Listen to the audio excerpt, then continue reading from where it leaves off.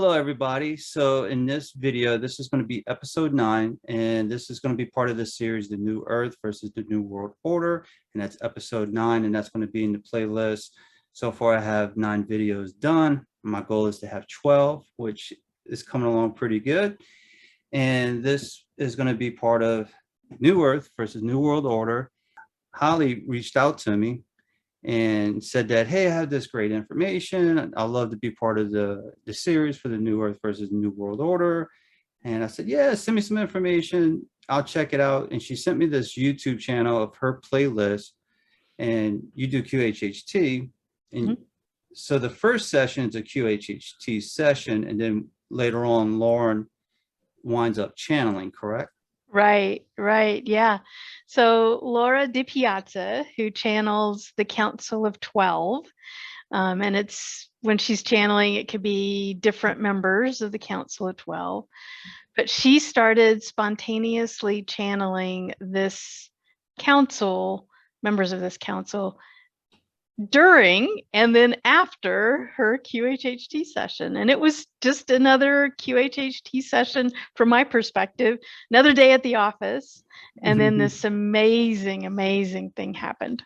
Now, it started off where she met her guide, right? Was it Ra? Jordan. Well, first she meets Jordan. Okay. Jordan. So as you know, Jason, doing QHHT, we go through an induction, we get the person into hypnosis, and with Dolores Cannon's technique, the way the technique goes is you come off of the cloud. And then when you come off of the cloud, you're in hypnosis and you're in presumably a different life. And Laura didn't go there. She didn't go to a past life, a future life, a simultaneous life. She comes off the cloud and she's in the sky, in space, and she meets Jordan. And Jordan turns out to be a spirit guide.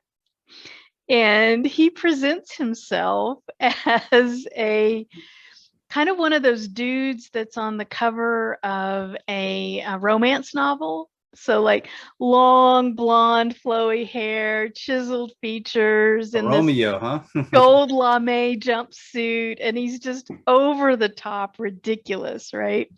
And she actually starts giggling when she sees him. Now, she knew Jordan before. She knew Jordan as one of her spirit guides before. So she recognized him.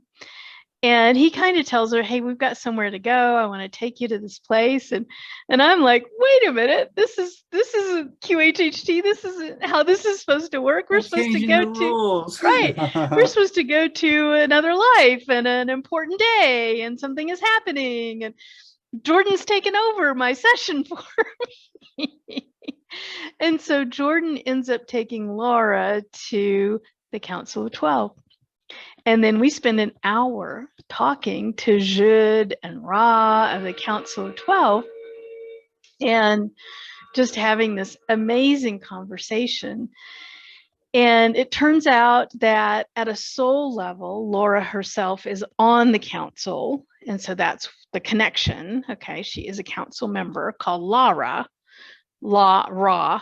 and which is funny because her human name is Laura. But say, wait a minute, what's her name? It's all nothing happens. Law. Yeah, nothing happens by accident, right? It's like these shirts, right? We did not communicate what shirt to wear. We did not. Right.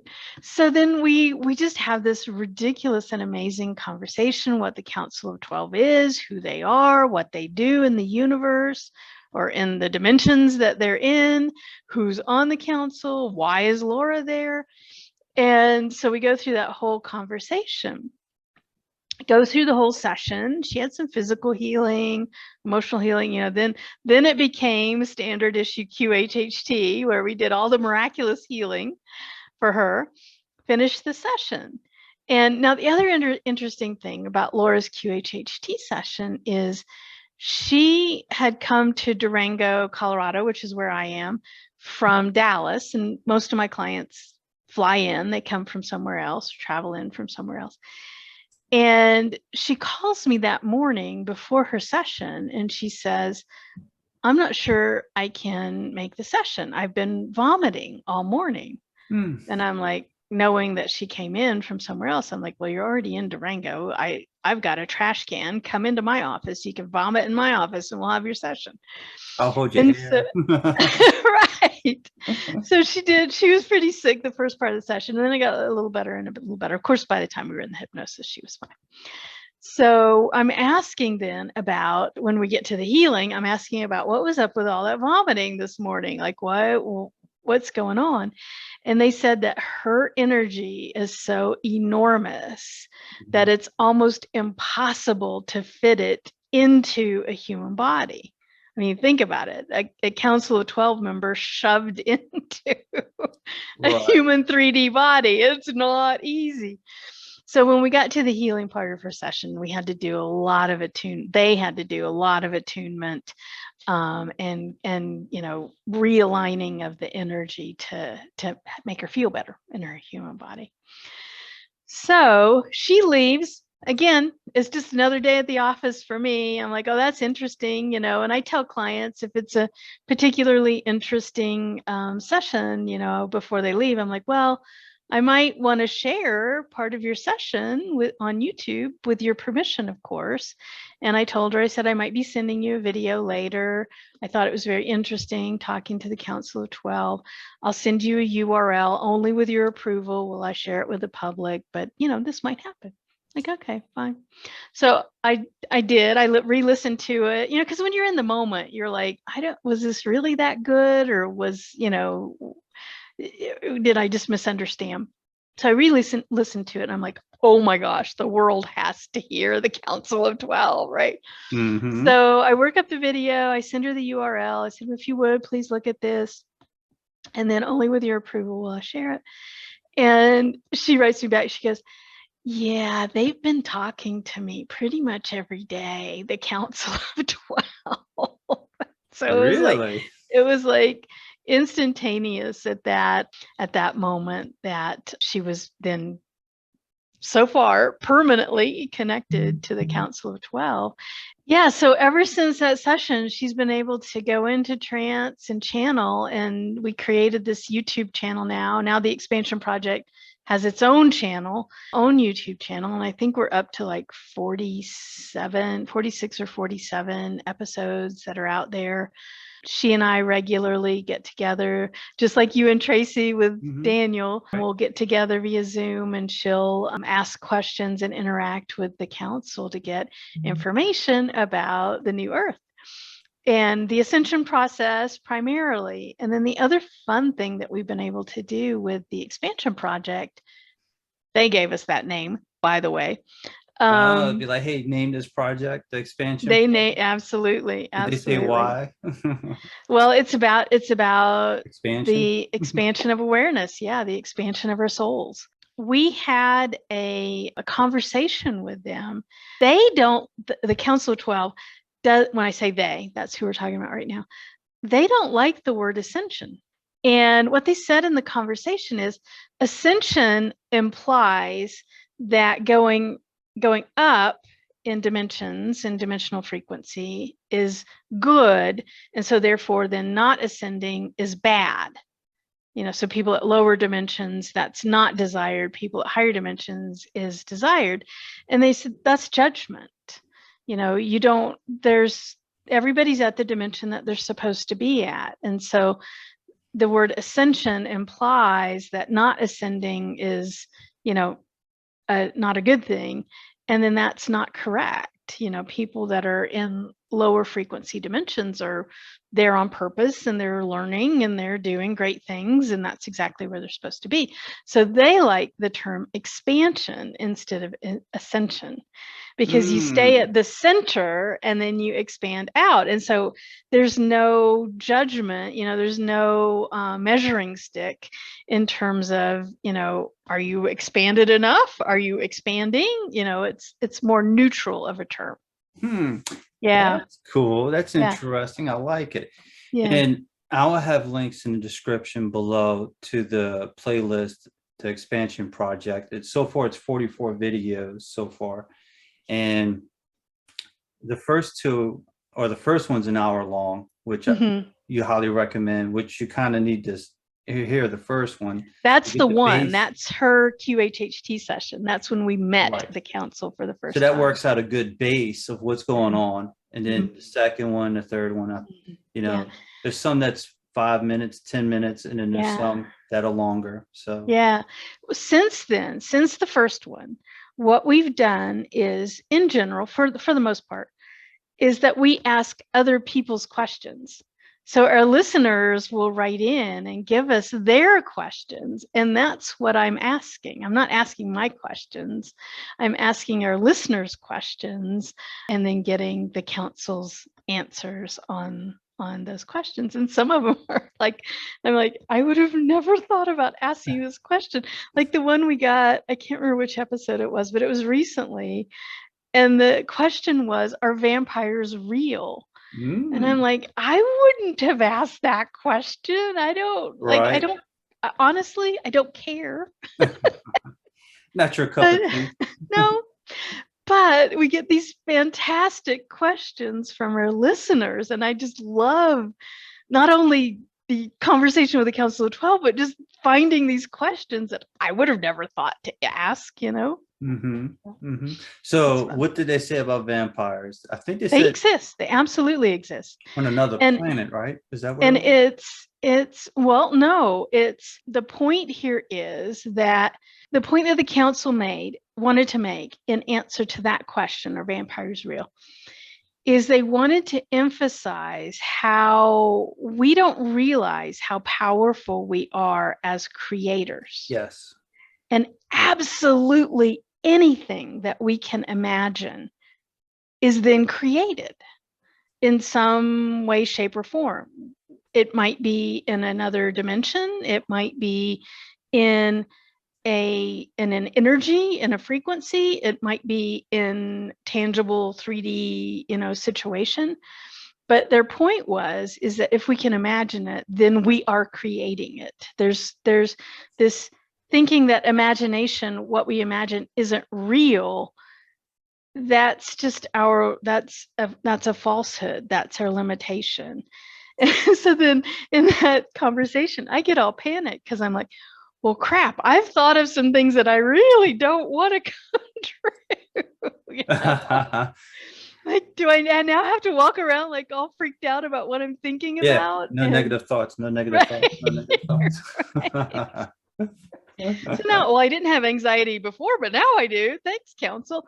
No, but they said, obviously you have to put energy to it. It can't just be a fleeting thought or a passing thought, but it is something like a vampire that you really put a lot of mental energy towards, as somebody did in writing all the books and making all the movies and all of this, then yes, very much so, that thing becomes real.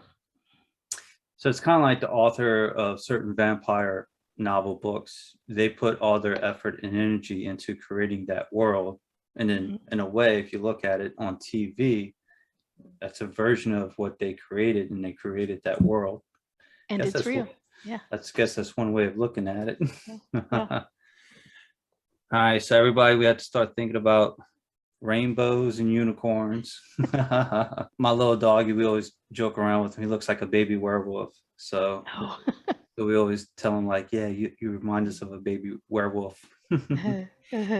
And I know you mentioned the questions, how someone had the question about the vampire. What I thought was amazing, because this was a question that I had, and one of your listeners said this question was about, for the 5D Earth, they feel like this sounds like heaven, and what is the difference between 5D and heaven? Because what you're talking about is heaven from what it sounds like. Right. So you had a perfect response to that. I don't know if you remember it. I don't know if I remember or not. I remember pieces of it. You got to watch the video. But it was interesting because they said that for the most part, heaven in their eyes, from the council's eyes, is that heaven is when you go to source for your rest and for your downloads or uploading your information, what you learn, and so on. But 5D is just an energetic level higher, but you don't go back to source. You still experience polarity. Mhm. You know, you might still have a physical body, but an energy body. You might have a Mhm. less dense body or more of a dense body, Mhm. but you still able to experience duality. And I Right. think that was, there's Yeah. some other juicy information about it, Yeah. but I remember that was being part of it. And I Yeah, was, and I think yeah, just to piggyback off of that and clarify this mhm, 5D new earth thing and what I've learned from the council and all of these questions and all these conversations that we've had with them. So on the one side, I hear people go, "Oh, I can't wait. I want to go to 5D right now." And what the council's very clearly told us is repeatedly is that if you're in 5D, you're not really interacting with people in 3D. You know, it's kind of, I mean, you can, but they're not aware of you. You're a higher dimensional being. So if a person's in 3D, they're not really aware of you. And so it, in that respect, it kind of is like to your friends and family that are still in 3D, it kind of is like you're dead. You're mm, not able to interact. So all these people like, I can't wait. I want to get there. I want to get there tomorrow. It's like, well, just keep in mind, to a lot of people, it's going to be like you're dead. So you're wishing you were dead, you know, by wishing that, right? And then on the opposite extreme, I'll hear from people that are like, you know, really working on themselves, really working on their spiritual awareness and their awakening. And they'll go, I did it. I did it yesterday afternoon. I swear I was in 5D. I ascended. And it's like, eh. you might have got a taste of it, huh? The council's very clearly told us repeatedly that when you're in 5D, you don't need to eat, you don't have bodily functions the way we have bodily functions. I mean, you do have a form, but it's basically an energy body. It isn't. So if you ate, drank, pooped, or peed today, you aren't in 5D. You're still in 3D. Sorry. So it's this, you know, there are these mistakes, I guess, this misinformation, I think, that's out there. And but what they tell us over and over and over again about this, well, am I already ascended? Nope, not if you burped today. And you know, or I want to ascend tomorrow. It's like, well, okay, you better say goodbye right now. So these boundaries, then it's like over and over and over again, what they tell us is just enjoy the ride. Be where you are. It's gonna happen when it happens. And for you, it's gonna happen exactly when it's supposed to happen for you. So in the meantime, just enjoy the moment, you know? Yeah. Yeah, it kind of reminds me, it's like, yeah, I wanted the 3D so badly to experience a 3D life. Yeah. And here you are now, you're like, I want to get out. I want Right. to get out. Right. Right. You're like, look, you've been in 5D in these upper dimensions for thousands, millions of years. Y'all really wanted to experience the 3D. It's like, why y'all want to rush away from it? And Exactly. I understand it's hard sometimes, and you know, all these rules and everything. Hopefully things get better. Hopefully things will change. Now, the council has also been very repeatedly clear on this Mhm. about the ascension that the earth is going through, the expansion that the earth herself, that Gaia is going through. It's going to get worse before it gets better. And you know, I believe it, because if you think about it, change is rough, change is Yeah. hard. Yeah. And, you know, even if I go back to even Dolores Cannon's information, you know, I remember the question, what system needs to fall first? And they said our political system is going to fall first. And Dolores thought that was very odd. She's like, it's not the medical system, you know, because of her practice that she was doing and all the achievements and advancements.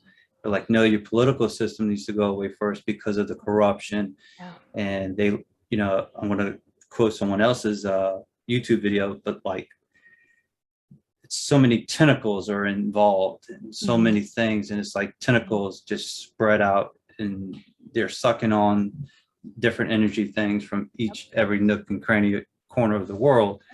So for even if any change with any type of system, whether it's political or monetary, medical, it's gonna rattle some cages. Yeah.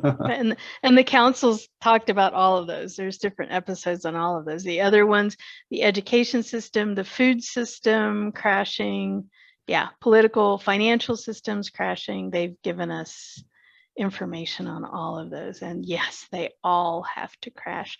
And it's so fascinating, Jason, because you see things in the news and you go, oh, there it is. There it is. I see it crashing.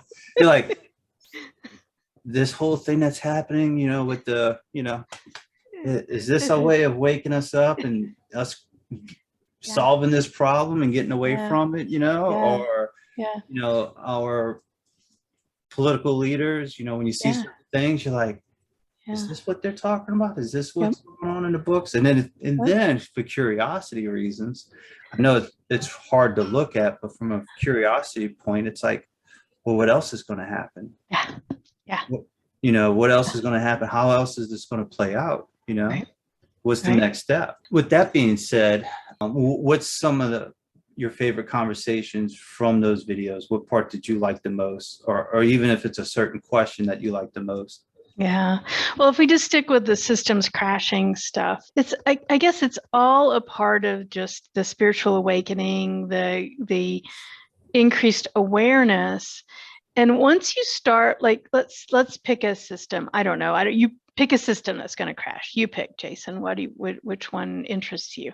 The political one for sure. Let's change it up. Let's go with work. Okay. The work machine. Yeah. And so when you start thinking about, once you become aware that this system has to crash to the ground, that it has to be completely rebuilt from the ground up with love instead of fear, that's the reason. The reason all of these systems have to crash is because they were built with fear. They were the inherent nut core of all of these systems is some kind of fear. And that fear can't go into 5D, right? And so then that system has to crash and then be rebuilt with love. So when you start thinking about then these very specific systems, and you start looking at all of the fear that's in them. So let's talk about the work world, okay? So this is Holly talking, not necessarily what the council said, but for example, think about one little thing in the corporate world. You're not supposed to know what other people make.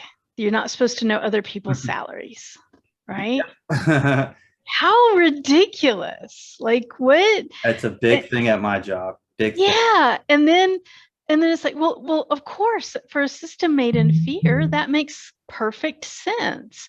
What a great policy if you want to keep the people that are in that space in fear. That's fantastic. That's absolutely fantastic. Keep them at a lower level. If you have an employee at a lower level pay rate, and you don't want them talking to each other, and this one's here and this one's here, and it's like, well, wait a minute, don't talk about that, because now this person's going to want to be up here. Right. But if I can never talk about it, then my mind is always going, am I that person? Am I that person, or am I that person? I'll never know. And so then I always have this low level anxiety, this low level fear, this striving of, well, I've got to do something different because I don't want to be that person. I want to be this person, right? But I'll never know, right? So just one teeny tiny little policy thing, we can see how the system was designed in fear. Now take that same system, that same policy, and rebuild it in love. Well, in love, everybody's we're telepathic, so we already know what's going on. There can't be any lies or shenanigans, right? And then we can see how different people's gifts, different people's capabilities come into the organization in different ways and are rewarded in different ways. But if we're operating out of a place of love instead of a place of fear, it's good. It's all good. We don't need to hide that information from each other. We can receive that information and even in the receipt, operate from a place of love with the information. It doesn't mean everybody has to make exactly the same. It doesn't mean, some form of communism or something like that. What it means is that we can, when it's transparent, then and understood in love, then different values and different gifts and different rewards and different things like that are the transparency is perfectly okay. Right. Makes sense. Yeah, because I was telling, I think my coworker, I'm trying to remember how I worded it to her, because it's kind of like her job at that time was to look into it more, kind of get a feel for what the employees thought about that whole subject. Mm-hmm. And she kind of was looking at it a certain way. And then I was talking to her, I was like, yeah, but it could backfire in a way, because what if someone's been here for 20 some odd years and they never asked for a pay raise, they never asked for anything, Mm-hmm. they just got comfortable. And the next thing you know, you hire a new individual with hardly any experience, and the next thing you know, you put them up here, Right. and it's like, and then the other employee that finds out about it leaves or complains, goes to another job because of that whole situation. And she was like, oh, that makes a good point. And then that brings in, if a system has to be built in love, then it has to be built with mindfulness, not mindlessness. Right? So it's not about the broad schmear. I mean, think about it. One of the easiest to connect to systems for a lot of people that is built in love is their family. If you're a parent, it's the way you're interacting with your kids, right? And any parent knows. Do you have kids, Jason? Just a little dog. Okay. Well, right, buddy? Any parent knows that you cannot punish your children equally. Because what's punishment for one is reward for another. What's punishment for this one is reward for that one. Kind of right? reminds me of my brother. Yeah. I have two kids. I have a daughter and a son. Well, they're way grown now. They're 28 and 31. But when they were little, my daughter is a social butterfly. She loves being around other people. My son is an extreme introvert, right? And so my daughter's punishment was to send her to her room. To send my son to his room as punishment, that was a reward. Are you kidding me? That is not punishment, right? And so as a parent, we have to be mindful about our relationship, because we still need to teach children lessons. They still have to have boundaries, but we do it out of a sense of love, which means that we have to we have to be mindful about our interactions with them. Well, what if the workplace was mindful instead of mindless, right? And then to your point in this argument, then if you're mindful and you actually love the employees that are at this organization, you would have already thought about the equity of pay for that 27-year tenured employee.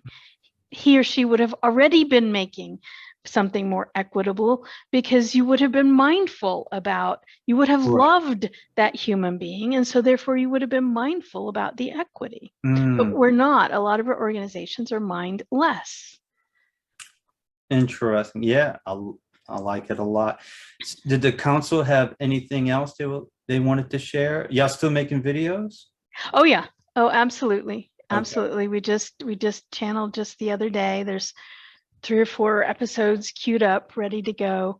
And so in some of the more recent ones, we've circled back then on this, paying more attention to the individual and your individual state of being, and how we kind of get caught up in working with other people, working on other people, helping other people heal. It could be in a good light or in a bad light or whatever, but over and over and over again, emphasizing, if you're not working on yourself, if you're not focused on yourself, then you're actually not helping. Yep. And I remember when I first started this YouTube channel, there was a comment made, and Tracy was channeling Daniel, And it was kind of like, if you're not working on yourself, then you're not doing your part to work on you first. And someone left a comment saying, well, isn't that selfish?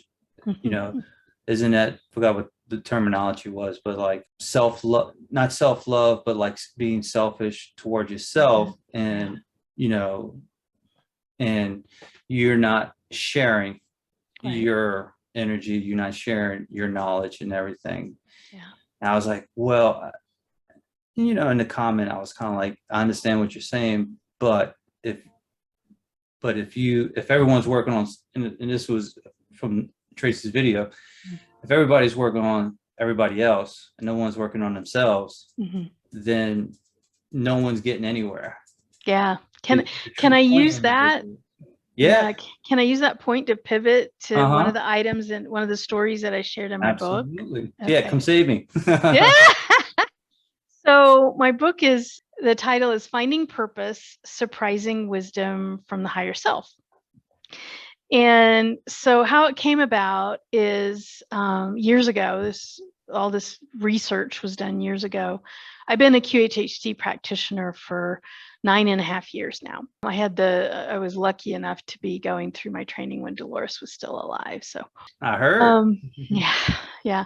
So after doing QHHT for a few years, it kind of freaked me out how a lot of the questions were the same. Clients would come in, you probably see this in your practice, like the list of the questions. I'm like, well, I could write a standard list of questions. They're like, it's the same questions over and over and over again, right? So I was kind of getting used to that, expecting the same questions over and over and over again.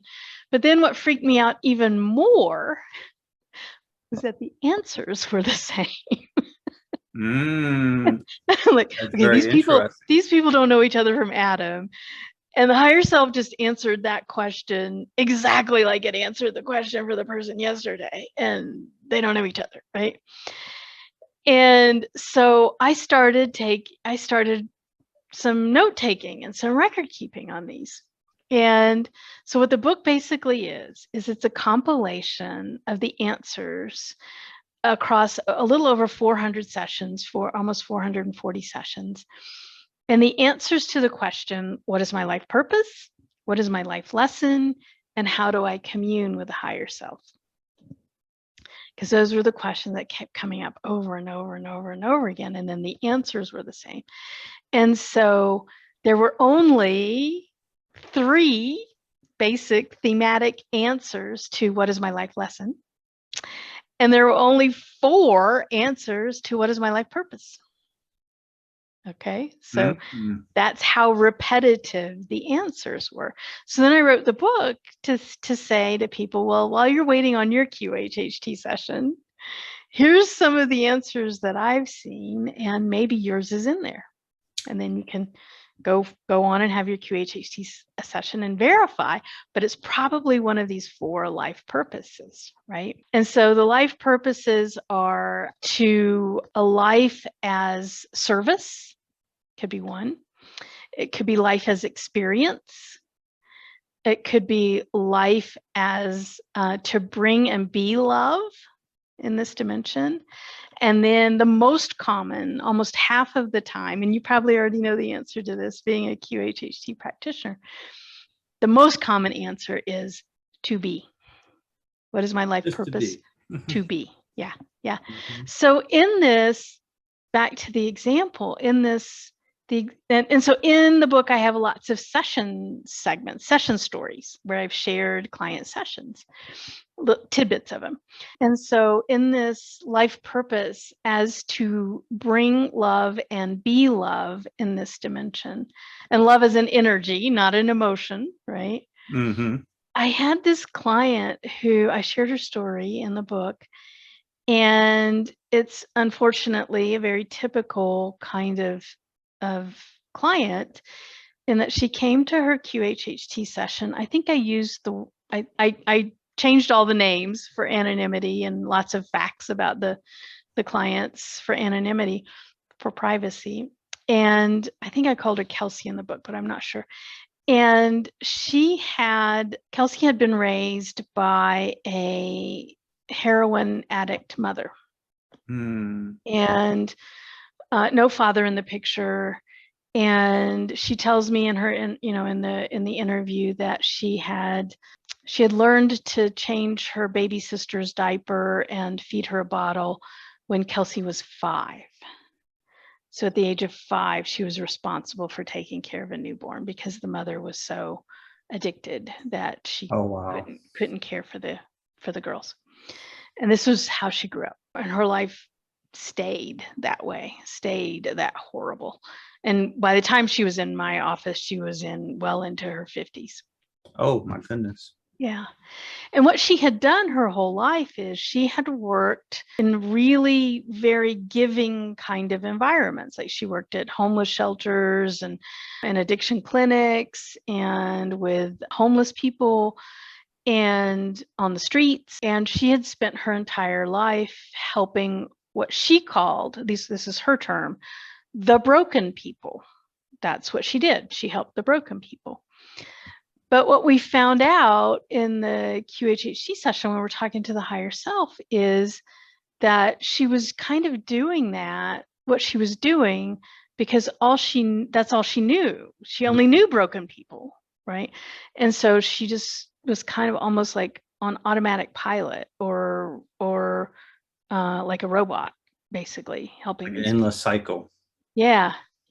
Hamster kitty. Codependency, we would Mhm. say, is a technical term. In her QHHT session, the higher self gave her a physical sensation of source love, of God love.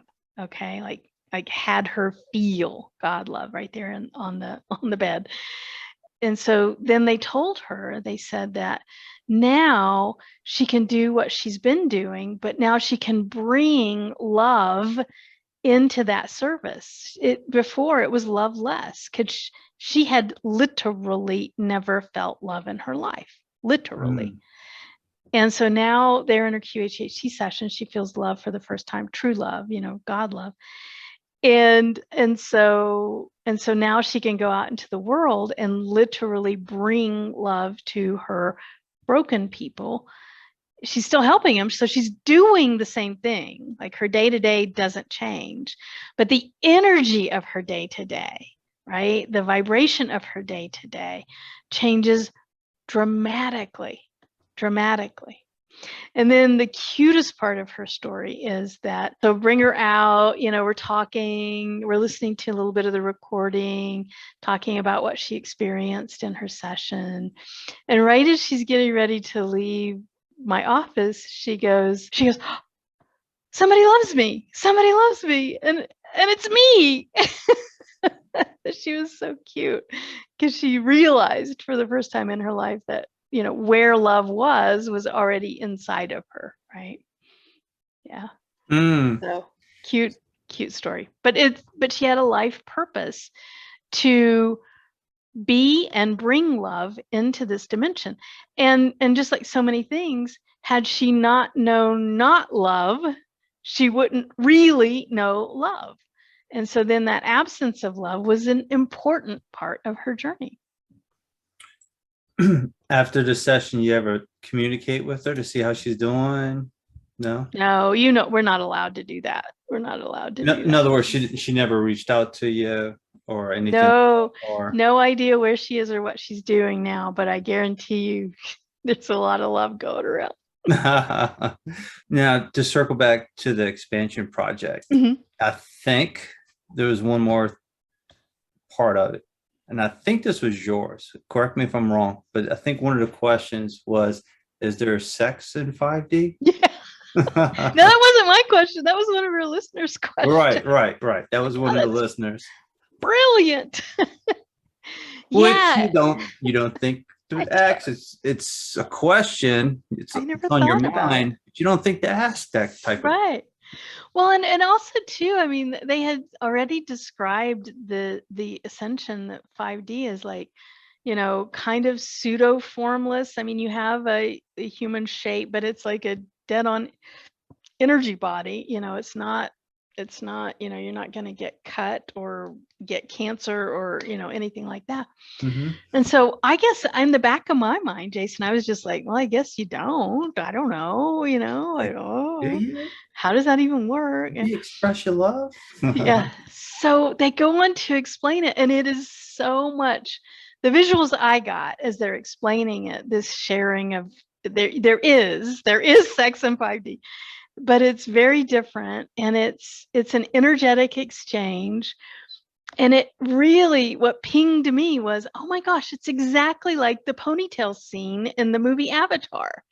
Like how they put their ponytails together, and then they have this like amazing moment of sharing, this Right. connection moment. And that's what sex is like in 5D. It's this really intense sharing of the energy body, not like humans. Hey, it was an interesting question. I was like, oh, that's pretty good. It's like, Yeah. is there? Yeah. How does that all work out? I'm a big fan of Atlantis information. And in your episode, your playlist, bring up Atlantis. And I thought that was pretty cool. And I'm like, yep, it seems like Atlantis always comes back up. Yeah. And there's good things and bad things to talk about when it comes to Atlantis and Lemuria. I've actually probably had more clients go back into other lives in Lemuria than Atlantis. But, I guess a lot of things come to mind. One is how, and the councils talked about this in the expansion project. In fact, in one of the very recent episodes, they were talking about this again, about how all of life is just an experiment, right? And that's actually part of the council's job that they've talked about, is to kind of squash some experiments before they started, to go, no, we're not going to do that again. Remember Atlantis? No, we're not going to do that again. And so their job is to kind of look over the universe and all the experiments that are going on, advise to say, that we know how this comes out. We're not going to do that. Or they've told us this, that I'm sorry, we've got a really cute little choo-choo train in Durango, and it's passing right by my window right now. They will even they'll allow some experiments to go forward knowing that that experiment is going to fail, and yet they will let the experiment roll. To maybe the people involved in the experiment need some sort of knowledge or lesson or whatever. But so there's some experiments the council will go, nope, not going there again. And then there's other experiments that they'll go, well, this is going to be a failed experiment, but we'll let it go. So that brings us to where they've talked a little bit about some of the failed experiments, or I should say some of the experiments. We won't necessarily say that they're failed. Some of the experiments on Earth. They got off track. Yeah. So you mentioned some of the experiments were, for example, I just finished up episode 8, and we're talking about the nuclear bomb. So would you think, yes, there are some bad things linked to the nuclear bomb, how it was dropped and everything, and also going back to the experiment, like, hey guys, like, we were here once before, we're doing it again. But I guess that's the same thing, like, because the conversation went is, why did they, whether it's ETs, higher beings, why did they allow that bomb to be dropped? Right. So why not just wipe everybody's memories, from the get-go, right? Or cancel that, like, the bomb never dropped. But I guess in a way, like you were saying, have Einstein get run over by a truck when he's 5 or whatever. Yeah. I guess that's one way to put it. Yeah. But I guess, when you said they allow certain experiments, because you never know what's linked to it. And then part of my conversation was that if you think about it, yes, the bomb was dropped, but also if you also think about it, at the end of World War II, the baby boomers things started happening. So all these new souls were coming in. It's like, hey guys, the Earth needs help. We need new souls, a lot of new souls, because we're repeating this whole process again.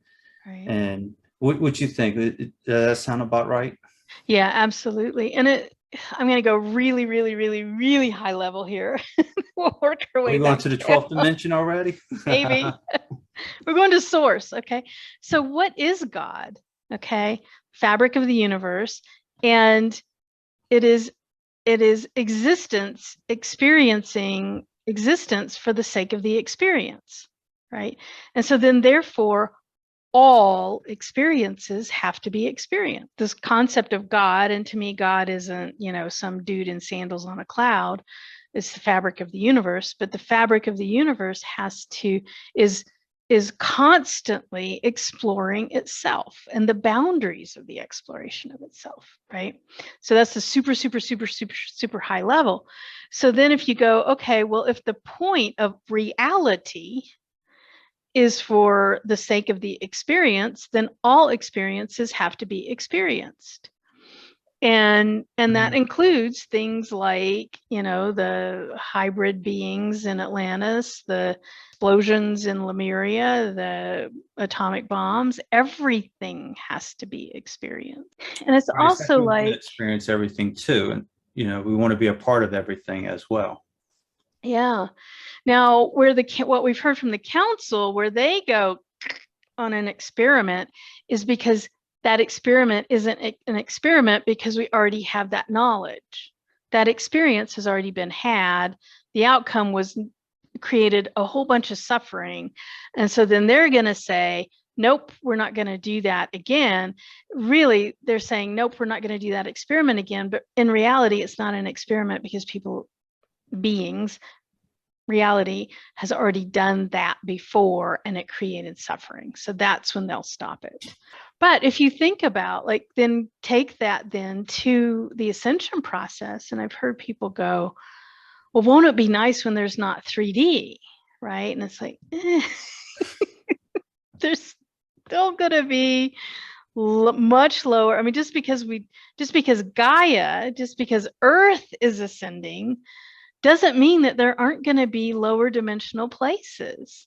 There will still be lower dimensional places in the universe, and there will still be people souls wanting to incarnate in those lower dimensional experiences for the lower dimensional experience. That will always exist. The dark will always exist. The mistake, the suffering, the bad news will always exist because it's just part of the experience. Right. To experience that duality. Yeah. If everything was love and happiness, you would never experience true love if you didn't know Exactly. what a life is without love. Exactly. And the not love is as important as the love. It's all just experience. It's us who puts the qualifiers, the judgment on it. So you mentioned Lemuria and Atlantis. We can wrap that subject up if you want. Was there anything you wanted to share about Lemuria, like what you've been noticing in sessions? Yeah, what I've come across this session. So this was a few years ago. This session came about, and then just recently I read something and went, "Oh, that's what they were talking about." Do you ever do that? Like something will come through in session, and then like years later, you'll be doing something else. You'll be like, "Oh, that's what they were talking about in that session 3 years ago." Oh my gosh. So Lemuria I had a had client do that with the pyramids, and she's talking about these hidden chambers. It wasn't years ago, but she was talking about these hidden chambers that they will be discovered. And sure enough, I think like a year later or so, she sent me a link, and she's like, "I remember this. This is what look. They're talking about it on the news." I said, yeah. "Time to It's open like them." it's like I guess we need a name for it. It's the opposite of the Mandela effect, right? That's right. You didn't forget it, you remembered it. The quantum effect. Right, there you go. So the thing that was so interesting in this one session to me, this client that regressed onto Lemuria, was how when Lemuria sank, there were 7 tribes present on it. And then the tribes, they knew it was going to sink. And so they already had like their, whatever you want to call them, their rafts or boats. And we're talking like a raft will be an island, right? I mean, these are, these are big, not, yeah, yeah. boats, big, right. And so the tribes were already prepared to leave Lemuria and go where they were supposed to go, wherever they were supposed to go, on different places on the earth, right? Makes sense. So I thought, oh, well, that's fascinating. Yeah, because, okay, so 7 tribes, and, and that comes back in the Bible, the 7 tribes of Israel. I'm like, well, that's interesting. And then you think about the different people, the different kind of people in the world. And it's like, well, you can kind of conceive of 7 different people, different kinds of people, different races of people in the world. And then, so I kind of had that tucked away. Like, oh, part of Lemuria was the different tribes leaving the continent and going their different ways. And in this client's regression, they said, so he's there at this moment, he's getting on one of these boats or arcs or islands or whatever you want to call them, but they're making agreements before they separate. They're making agreements of, number one, that the different tribes have different responsibilities in terms of how they're going to go seed the earth when they leave Lemuria, number one. And then number two, they're making agreements about coming back together, that they're going to go do their seeding and their, finding out, and they're exploring. And then they're kind of making this pact to come back together. And I don't know if that coming back together meant, 5,000 years later, 50,000 years later, 5 years later. I don't. Big Zoom party. Yeah, right. And so I kind of had this tucked away in my mind. Oh yeah, okay. So Lemuria tribes, they all separate and then they all come back together and they got. So then, just a few months ago, I was reading the Hopi prophecies. I don't know if you've ever read any of the Hopi prophecies, the Native American Hopi tribe. Maybe I probably heard different ones, like the star beings, the star brothers, that kind of stuff, and they would be with us again, kind of thing. But yeah, I don't know all the details. There's that. And then they also, a part of their prophecy is, now they didn't say 7 tribes, they said 4 tribes. Okay. That there were 4 tribes that went their separate way. And in the Hopi prophecy, so there was the, and in a lot of Native American traditions, the 4 represent north, south, east, and west. They represent the directions. And so then, of course, there was the red tribe, there was the yellow tribe, there was the white tribe, and there was the black tribe. And they were each sent to different places on the earth to, find things out, to grow and explore in specific ways. So I might butcher this, I don't know, but it's also earth, water, air, and fire. Okay. I don't remember all of who is who, but the white, I think this was in your video, if I'm not mistaken. It might have been. But the white tribe was to their challenge, their charge when they separated from Lemuria, that wasn't Lemuria and the Hopi prophecies, was to find out everything they could about fire. And so you think about, if you look at like Europe and places where the white tribes were, and the combustion engine and coal and all of this technology around fire, it's like, oh, dang, that worked.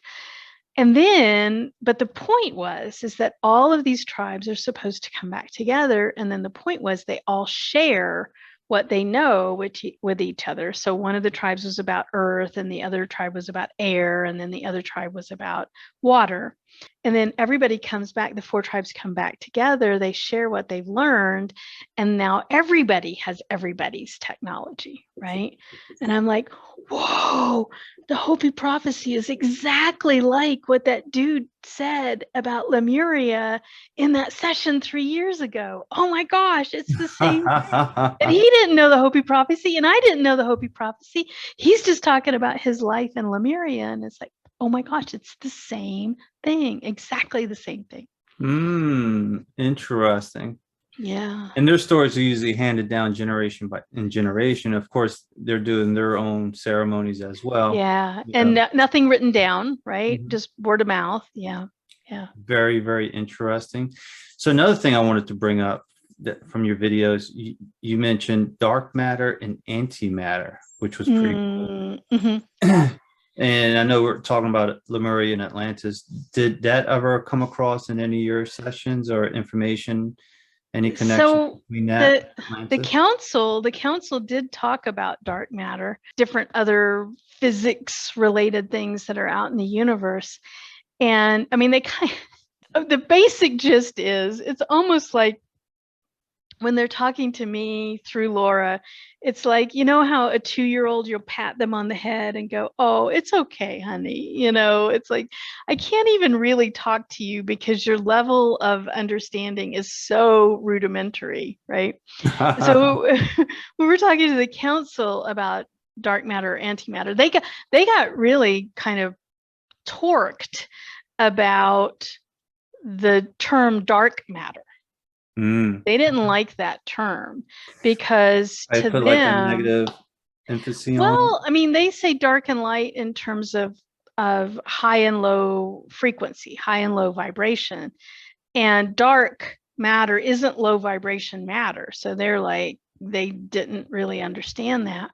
Okay. And then the other thing that is interesting about this, I mean, what they basically said is that we will find it. We're on the verge of being able to actually measure and understand antimatter. Okay, Right. so the opposite Let's of use the all of proper that. terms. Yeah, We yeah, don't yeah, want yeah. the council to get upset. But the other cool thing about this is that this antimatter information that came through, they told, and this isn't on any of the recordings, this is kind of the behind the scenes with me and Laura channeling. And I don't know if this happens to you with you and Daniel, but I asked the question about dark matter, what is it? Or actually one of our listeners asked, you know, what is dark matter? And I'm like, oh, I can't wait, because I'm a huge quantum physics nerd. Oh my God, I love Oh, quantum physics. And maybe we can get into that later on. mm, and so I'm like, oh, so I can't wait to hear the answer. Well, so Laura and I are channeling, and I'm asking, you know, I've got my piece of paper in front of me. I'm asking the listeners questions, and I ask it exactly as the listener wrote it. You know, there's zero interpretation. In a lot of cases, there's zero context. Sometimes I don't even know what they're talking about. So I'm just literally reading verbatim the question on the piece of paper. I can't remember I'm pretty sure we were talking about talking to Ra, because we talked to Ra and Jud and Lara and Ula.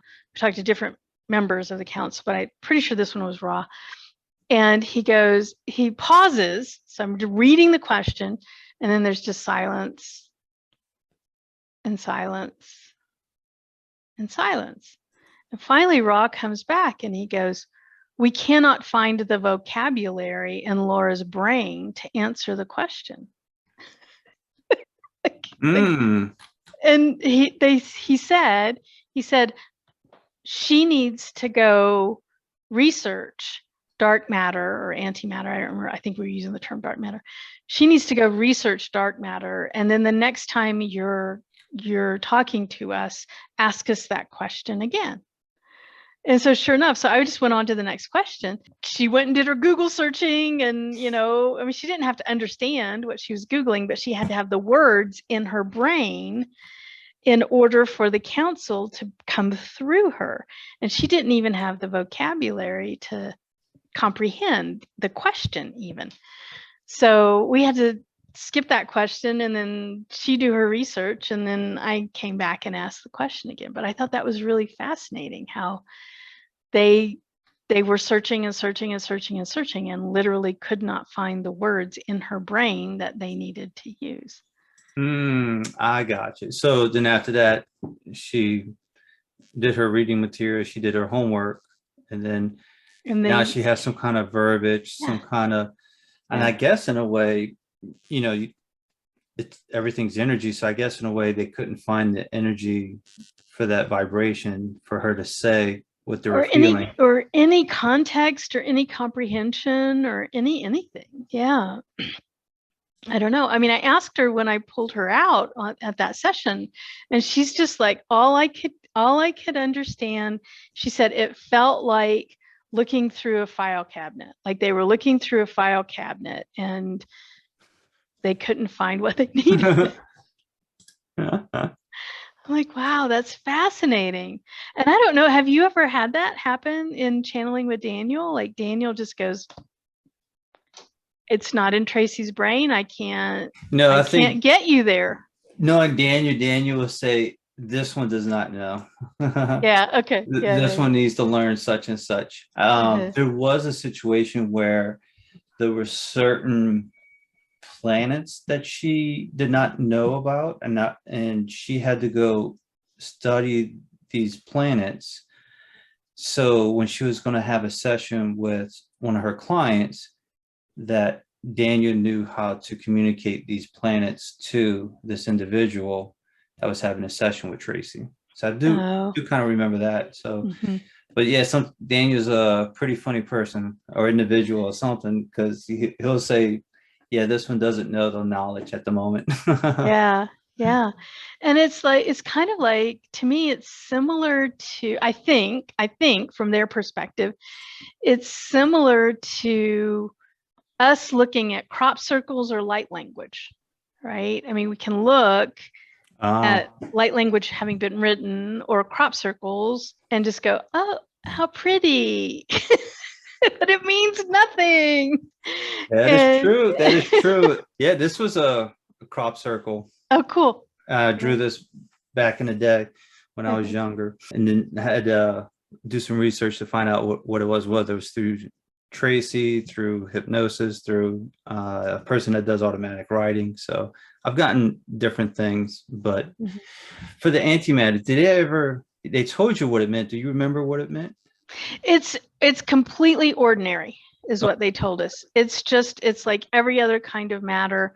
We just can't see it yet. We can't measure it, but we're on the verge of, they said something like, your scientists are on the verge of being able to do that, but don't call it dark matter.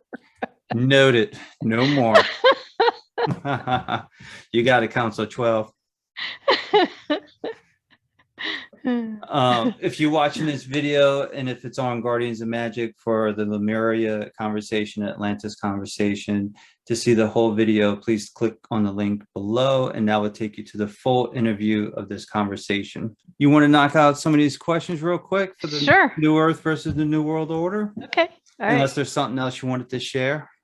Now, this will be a no-brainer question for you. This deals with the New Earth. So you hear different things what the New Earth is, what it's not, what it could be, and so on. And with your YouTube channel and with your videos and the information that came through it, what could you tell the viewers of, if someone was to say, hey, what's the New Earth? What would you tell them? Yeah. I think, I mean, I go back to Dolores's work as well, you know, 3 Waves of Volunteers in the New Earth. We get really hung up, I think, we get really hung up on the human story in the New Earth, right? And it's in the title. This is about the Earth. This is about the planet. Okay. I like where you're going. Gaia as a sentient being. And she's maturing. She's growing. She's having a spiritual awakening. She's raising her own vibration and her own frequency and having a new experience. And then, so because she's having a new experience, all of us that are glued to the top of her, we have to have a new experience, right? And it's symbiotic, right? We're helping her, she's helping us. But it's about her. It's about Gaia. It's not about us. It's about Gaia going through this maturation process that she needs to go through for her own spiritual growth. In any of the sessions or anything like that, did it said why Gaia is changing? Why is she going through a spiritual growth? Well, I think we've actually talked about this with the council. I can't remember what episode it was, but it's just natural. All planets do this. This is just a part of her becoming mature. As far as planets go, she's pretty young. She's kind of a baby. And this is just a natural process for her to go through. Yeah, and if I'm mistaken, I think like for her, she was kind of tired of all that 3D-ish reality, all that been there, done that, fighting and everything. She's like, nope, you already dropped your nuclear bomb. That's it. I'm changing. But if you think about it, I mean, if you liken it to humans, okay, so she learned to ride the tricycle. And now she's like, okay, all right, I'm big enough to ride a bike. I don't want to ride a tricycle anymore. I want to ride a bicycle because I'm big enough to, I'm old enough to ride a bicycle. And so if you can ride a bicycle, do you want to ride a tricycle? No, that's clunky and I don't want to do that anymore. So she went from the tricycle to the bike, and now she's going to the hover car. Right? Yeah, right. She's in 5th gear, ready to zoom. What would you take the New World Order part? How do you see them? You see them as a cabal, you hear different terminologies. When someone says the New World Order, what comes to your mind? Keepers of the systems that were built in fear. They're invested in those fear-based systems, the people that are of the New World Order. And then, of course, that goes beyond people, beyond humans, right? There are fear-based other planet people that are here participating with us that are also fear-based. There's all kinds of things that have come through in terms of, there is an opportunity of someone who is of the New World Order, who is of fear. There is an opportunity for them to heal while they're in body and release the fear. That's part of our job, and QHHT is holding out that hope. Can they release the fear? And then there are others who they came here because in 3D this was fear-based systems, and they wanted to experience those fear-based systems. And once there aren't fear-based systems, they're just going to need to leave. There's just not going to be an experience for them. It's kind of like, if I remember correctly, like even the negative individuals or negative beings, we still have to show them love and give them an opportunity to change as well. Now, if they choose not to change, then that's on them. But still, we have to give them the opportunity to change. Right. Right. And you don't change them by you going into fear. That defeats the purpose. Then you are the New World Order. Now the cycle continues. Right. So here's the fun question. And listening to your videos, the New Earth sounds amazing, but why would the New World Order try stopping it in certain ways? What are your thoughts of why would they try to stop it? Yeah, I go back to that example of Kelsey that I just talked about with the heroin addicted mother.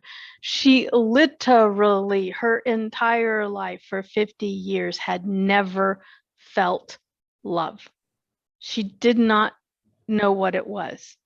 Okay. And so if you've never known anything except fear, it's going to be really challenging for you to release it. Right? You completely identify it. How could I not have fear? What else is there? I don't even know how to describe what else is there. And so then the white knuckle grip of grasping onto the fear is natural, it's expected because you don't know what else there is. And for Kelsey, the only way that she would have ever been capable of feeling love is in that deep, deep, deep, deep state of hypnosis where her ego self and her conscious mind were not, they didn't have the grasp on her. So since they didn't have the grasp on her, she was allowed to learn new things and change as well. Feel things that she had never felt before, and from a conscious mind standpoint had absolutely no connection to, no way of understanding. So we had to bypass that to get her to even know what love was. They say we need to put in the work for this new earth to change, ascension, or what you call it, expansion. Expansion. We're gonna have to change all the words tonight for the expansion to work, and we have to put in the work. What is some of the things the council says, or even from your sessions? What are they saying? Like, what are some of the things we need to do or work on? Yeah, over and over and over and over again. It's funny because sometimes I'm like, oh, thank God my client's eyes are closed so they can't see me do the eye roll. Or even Laura, when she's channeling, her eyes are closed, so she can't even see me do the eye roll. But because it's like every freaking session we get back to this, you have to work on you. It's the only thing that you need to do is you know you, and you release your fear, and you study your experiences, and you introspect and reflect and release the fear and be in love over and over and over again. And so often, and I really think that our society is just like really programmed into this of either there's a distraction. Well, I won't work on me because look, there's something shiny over here. Shiny, let me go play with that, right? And so we distract ourselves from introspecting on ourselves. Or, we've had religions teach us that, oh, we need to be helping this other person over here instead of me working on me. With some of the examples, you say working on yourself, and if someone was like, hey, what does that mean for me to work on myself? Yeah. Great. What does that mean? Like, great question. Working on themselves, reading books, or right. Like, let's get like a really real world example. Oh, I have one from a client, actually. There we go. So a mom and a 7-year-old son.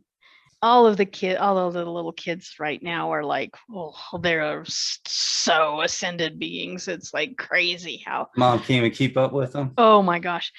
And so this kid is very hyper. He has a lot of energy, a lot of activity, and she was trying to get him to sit still at the dinner table.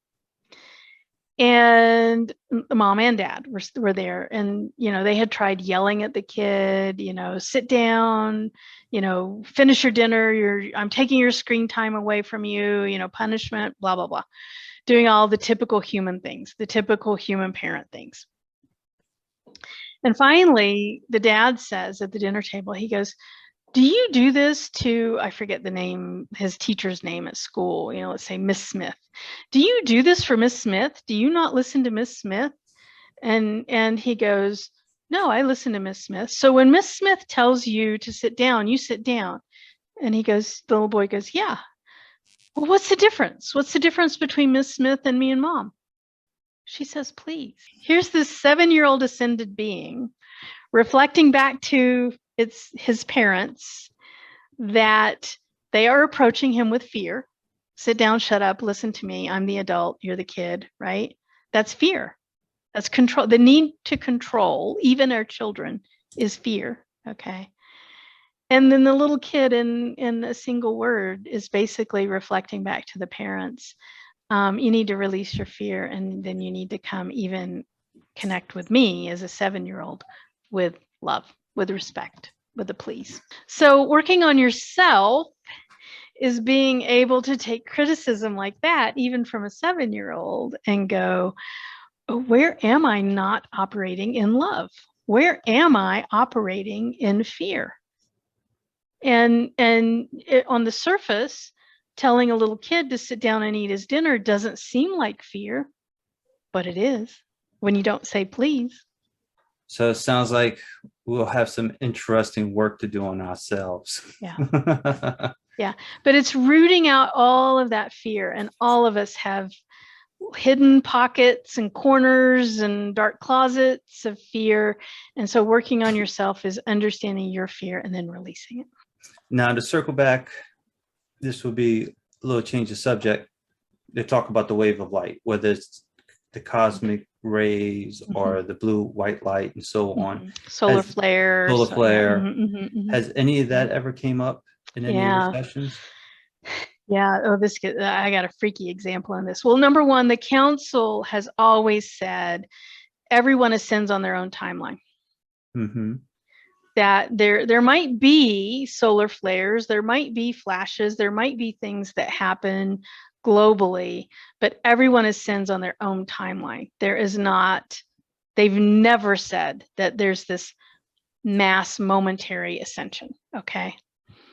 And I've pushed them on that, because you always keep hearing about this, like we're all going to ascend like suddenly, and it's like, nope, you're all ascending on your own timeline.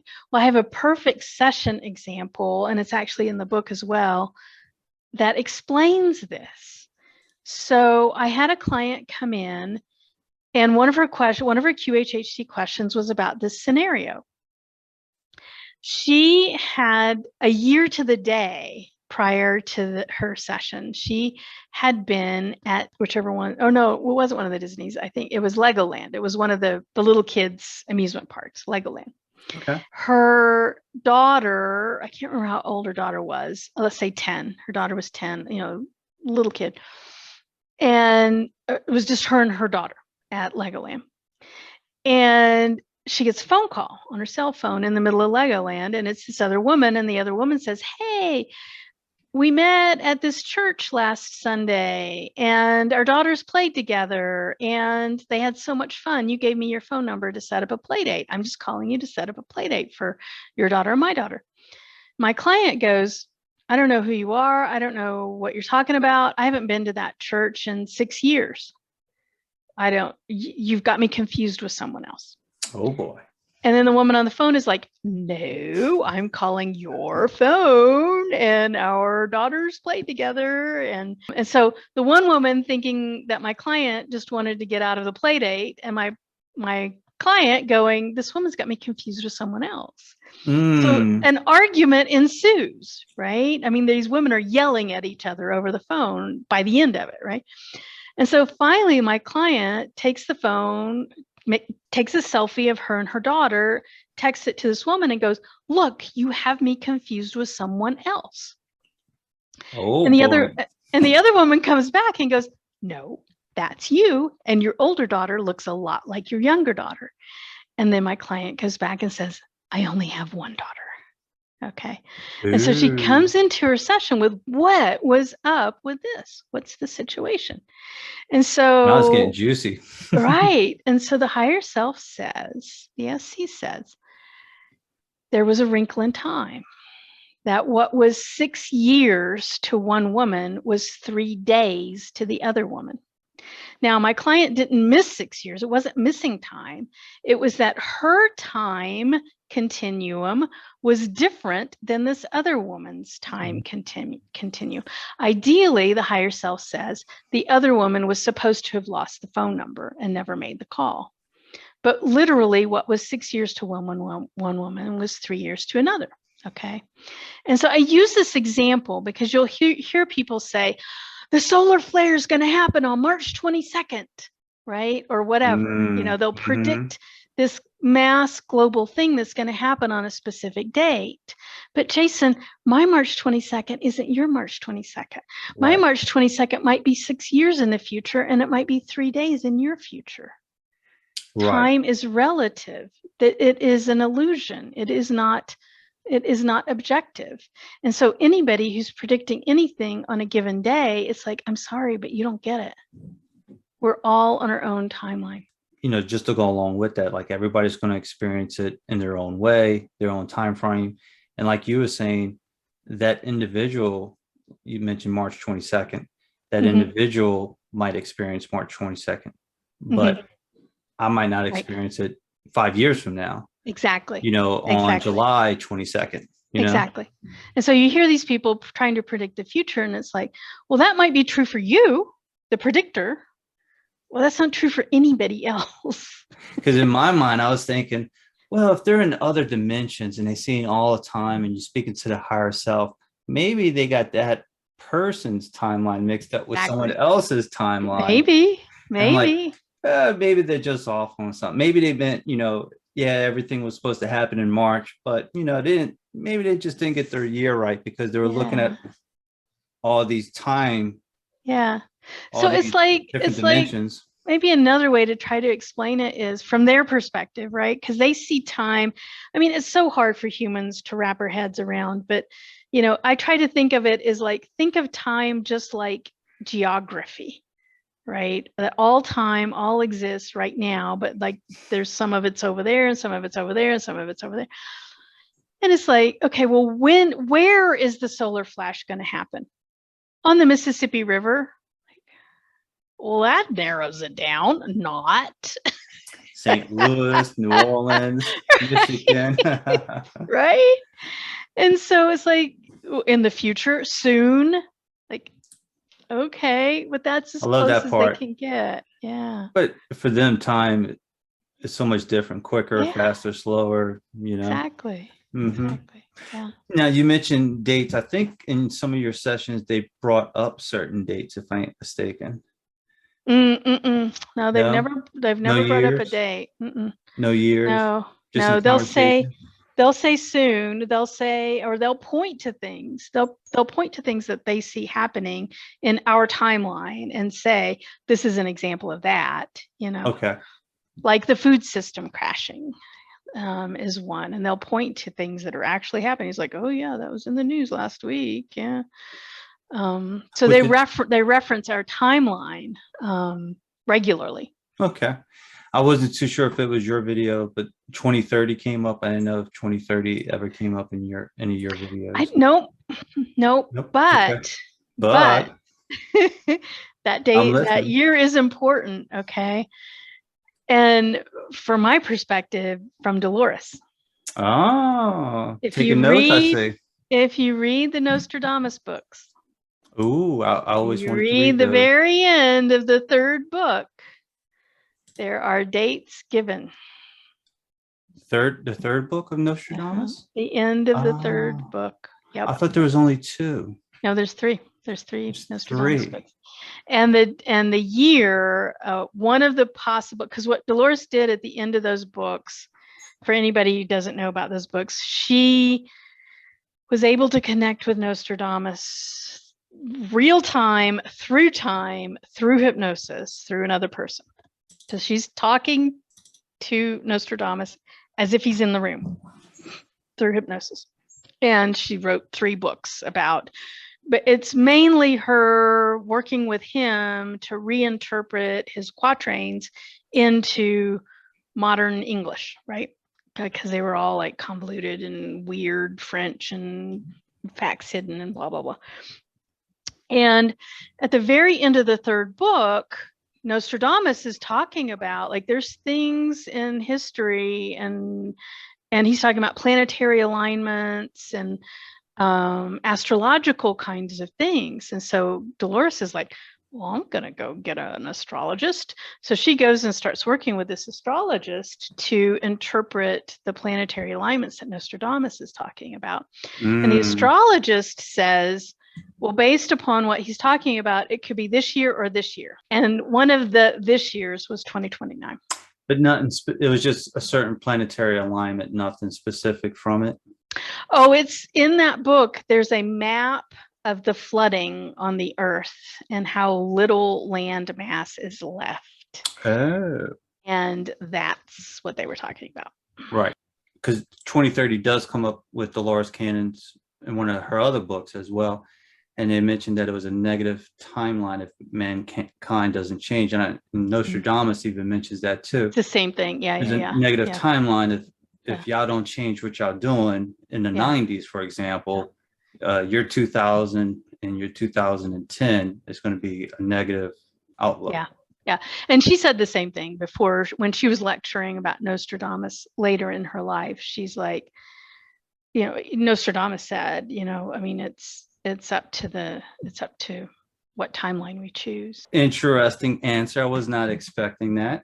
So if we could circle back to the New World Order for the elites. Now this was a question that one of my clients came up with, and she wanted to know, are the elites reincarnating into these certain bloodlines and these certain families, whether they're rich and powerful or royalty, anything like that? Come to find out, yes, they are, because they think that's what they always need to do. Has that ever came up in any of your sessions? Well, one of the things that, so I'm also on this one, I'm going to go in a direction you're not expecting. Ooh, you got my attention. I don't believe in past lives.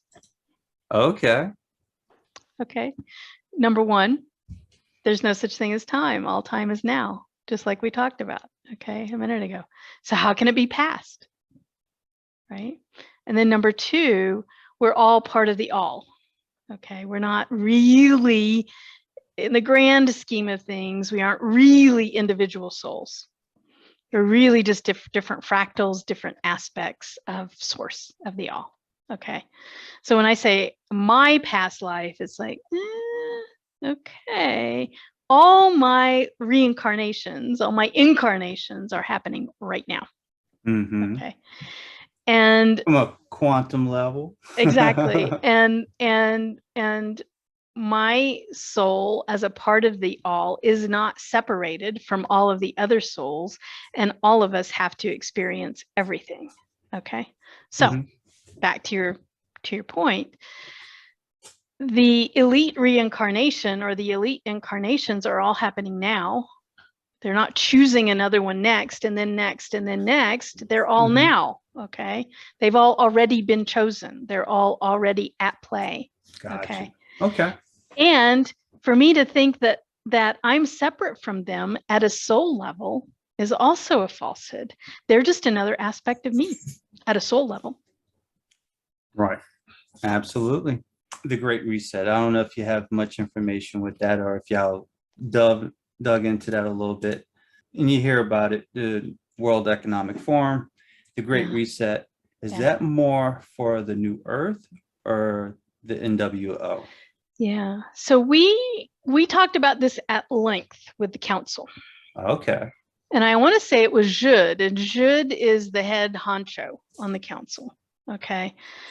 And so this is about the collapsing economic systems. And so then part of my question to Jude was, so what is the financial system in 5D? Like, what does that even look like? And if you can think about it, if we don't have the three-dimensional human body, if we have a five-dimensional human body, then our needs aren't quite the same. We still have houses, kind of, sort of, but they're more like energy bubble kind of things. So you don't have to, like, I literally asked Jude, I'm like, so do we have like kitchen sinks? Like what are our needs, right, in 5D? And he's like, he kind of giggled. He's like, no, you don't need a sink, right? And so our needs are different. Think about it. If you're an energetic being, your needs are different. And so getting hung up on having things for your security, for your physical body, shelter, food, safety, those kinds of things, it's just different. And so he said that, yes, there will be exchanges, there will be financial systems in 5D, but think about it like bartering. Like, you have something that you don't want anymore. I would like it. I have something that you don't want anymore. We're just going to trade our energies out. Okay. Like that. So it's like bartering. So then that got me on the conversation of, okay, well, here's point A, where we are now, and here's point B, what you're talking about now. Well, there's a long way between these 2 points. And so what does it look like as we get to that point of just a pure bartering of energy kind of thing? And he did talk about a purely digital money system and it being an important transition from A to B, so that the things, the coins, the pieces of paper, those things do need to disappear. It goes only to ones and zeros into a computer, and that's necessary to then go the next step, which is just the pure energy. So he didn't really put it in context of, this is good or this is bad, but in terms of this being necessary, the pure computer, virtual type money scenario being necessary to move to an energy bartering system. Which is a perfectly way, talking about digital money, the metaverse. So another YouTuber, BQH and QHHT, Allison Coase, so she posted a video and it talked about how the N.W.O wants us to become more 2D. And one of the ways that they want us to become more 2D, to go from the 3D to the 2D, talks about the metaverse and everything. Was that ever brought up in any conversations you had? Not directly, but from my perspective, like we talked about earlier, over and over and over and over and over and over and over and over and over and over and over again, their message is work on yourself. Do the introspection, do the internal work to release your own fears. Okay, that's your job right now. And in my mind, if I'm plugged in to a video system or a computer system, I sure as heck ain't introspecting. It's a distraction from the introspection, right? It prevents me from doing the introspection. In fact, it distracts me from doing the introspection. So I would interpret it personally, although the council hasn't spoken to the metaverse directly, as, yeah, that's not a good thing. If my job is to search internally to understand my own fears and release them, playing in the metaverse is not helping. And the reason why I bring it up, because I find it very interesting, if you look at it from a metaphysical point of view, that we're powerful creators, we're creating our own reality, kind of like how we were talking about the vampires earlier. You know, it makes kind of sense if they have that same knowledge and that same information to collect the masses to create their reality. What better way to put our creativity into a video game? You know, we're not creating our true reality, we're creating our reality into this digital thing. And at first, when I first was hearing about the metaverse, I was like, and you hear about the new earth, it's like all these crazy things that goes on. I was like, is that the new earth as well? Is that their form of it? But it kind of says no, because you're not experiencing everything. The smell, the you know, the individual love, the connectivity with another individual. But think about it too. If our job is to do the introspection and release our internal fears, which they said over and over and over and over and over and over and over again, and they say the best way to do that is through meditation. The best way to do that introspection is just flat out meditation. But there's also all kinds of other distractions. I mean, it doesn't even have to be the metaverse. You know, it could be, you know, all the political, you know, infighting, the news TV shows. It could be, I see what you're saying. It could be even something as seemingly benign as, oh, I'm a gourmet. I like to go out and do fine dining and with fine wines. Well, that's not necessarily bad, but if that's distracting you, like if you have a hobby, you know, kind of thing that is like distracting you from doing the internal work, that's just as bad as the metaverse. Yeah, because I always wanted to get your opinion on that. And it kind of makes sense, you know, if you're always plugged in, you're always, you know, your attention's over here and you're not working on yourself and you're always focusing on these other virtual reality things. And you mentioned meditation. So was there any advice of how to do certain meditations in case someone's wondering? Yeah. So they always say every day. Every day? Every day. At least once a day. Every day. And then they also always say it doesn't have to be long. 10 minutes.